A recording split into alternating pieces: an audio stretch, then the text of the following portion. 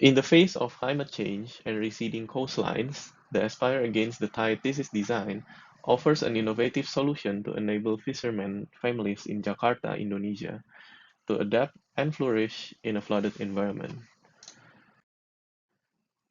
We understand in facing climate change, we cannot simply idealize in one and all solution to tackle a problem which consists of many factors. Therefore, we approach this design with holistic thinking.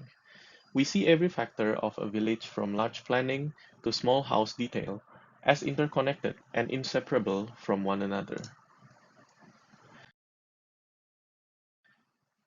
So we devise a plan to divide the thesis into three phases. First off, we see the large scale of the design. In this phase, we focus on the site as a whole, seeing the site as one unit that requires large-scale intervention,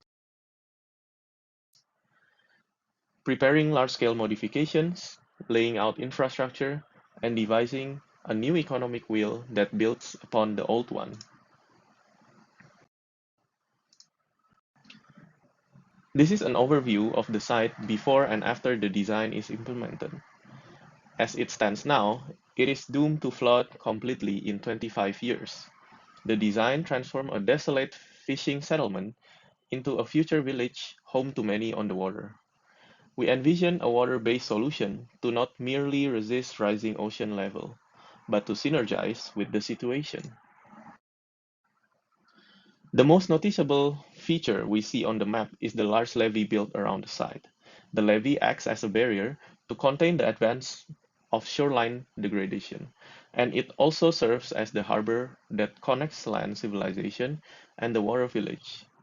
The design accommodates leisure, learning, and most importantly, economic activities. The flood will come in progression as years go by. Structural stakes will be laid out in a span of 25 years through community efforts. These stakes becomes the anchor points for future houseboats in the future. As the flood expands, so too will the village.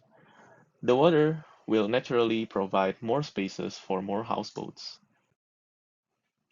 Through community engagement and interviews, we research how the village works, its economic activities, and the needs of the people. We then devise an economic wheel suitable for the village for a sustainable future. First, to understand the main economic chain of the village. Then we build another layer on top of the existing economic chain. Things such as shale recycling into the building materials and aquaculture will enable the residents to be self-reliant.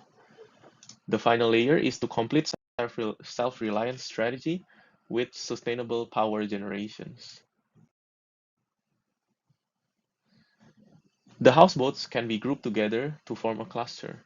Each clusters can then serve different purposes for example, resource farming, food processing, or recycling. They can be interconnected together to form a chain resembling the economic chain mentioned earlier. On phase 2, we zoom in deeper into the village, understanding how the neighborhood forms and how they connect together into one unit. We call this community block building, planning how they connect, how to transport houses, and the newly planned resource farming strategy.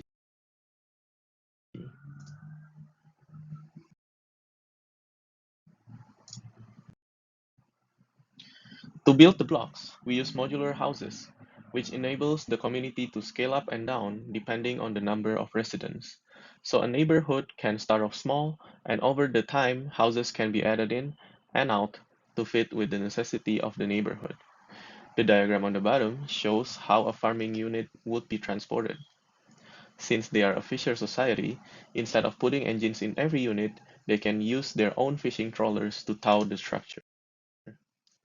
This is in line with the concept of mutual community cooperations in Indonesia, in which every person in a neighborhood will come together helping each other to reach amazing feats.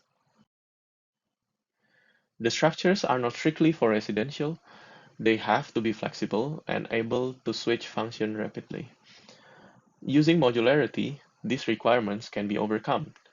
No matter which types of neighborhood it is, they are led and managed by the collector fisher, which are usually the senior fishers.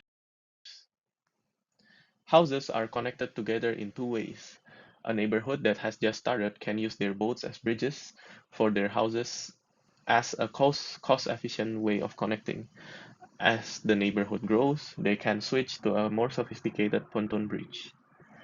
These modular bridges can then be chained together to provide more room for growth. This allows the neighborhood to create a flexible, multifunctional space. As bridges and houses can be moved around quickly, one place can be turned into another rapidly. For example, from a marketplace to a festival ground. The neighborhood can also build supporting facilities which are optional but necessary for improving the livelihood of the community. Things such as battery station can make a difference in case of power outage and emergencies.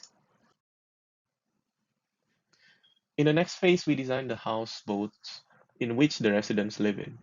We call it the sustainable dwelling unit. From unit layout, materials, and structures, also for a sustainable future, it's for utilization and storage.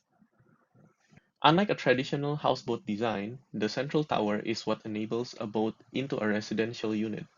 It holds rainwater collected from the roof and becomes the life support of the entire house.